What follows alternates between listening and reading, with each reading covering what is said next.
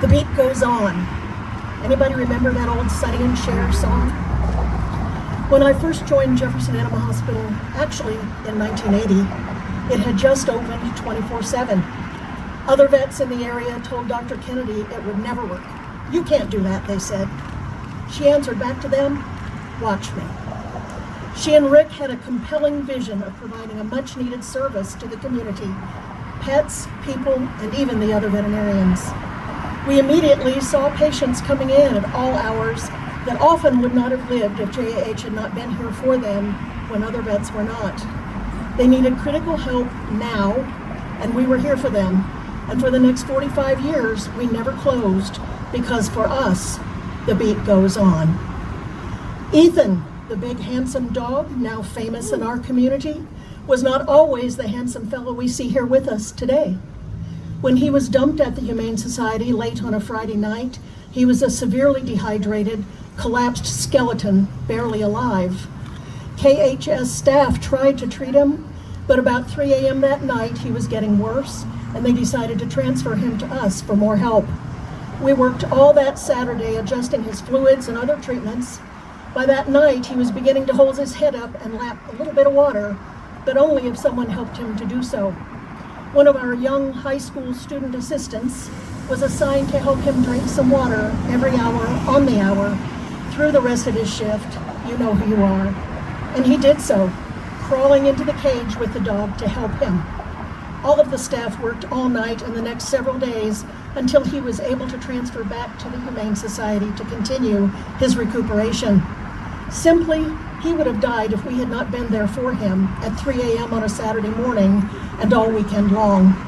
Plus, that young high school student, he has now grown into a 6-foot-tall young man who has gone on to college, serves in the National Guard, and plans to apply to veterinary school this coming fall.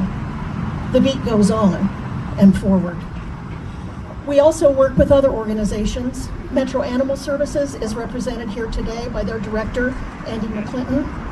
We often see their emergency cases, and we often consult with their vet, Dr. Carolyn Congleton, and with her staff. We have also provided care for working service dogs for MSA security dogs, Louisville Airport Authority, and the LMPD.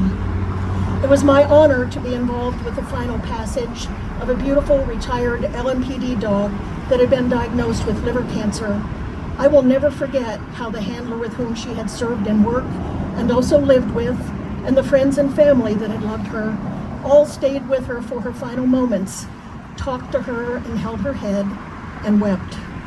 And I had the honor of witnessing as the LMPD officer in full dress uniform came in and draped her body with the American flag and saluted as she was wheeled out on the gurney to the police vehicle that took her on her final ride.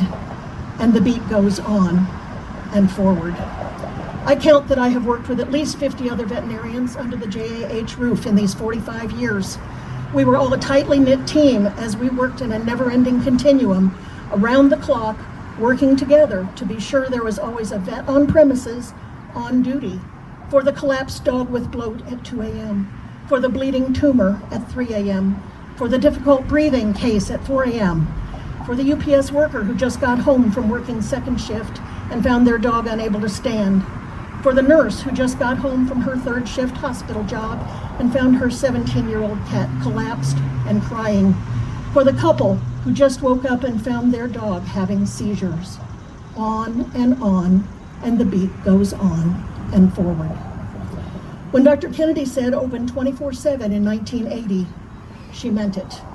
And now it's my honor to introduce Dr. Pat Kennedy, the beating heart and soul of Jefferson Animal Hospital. Sing it with me. And the beat goes on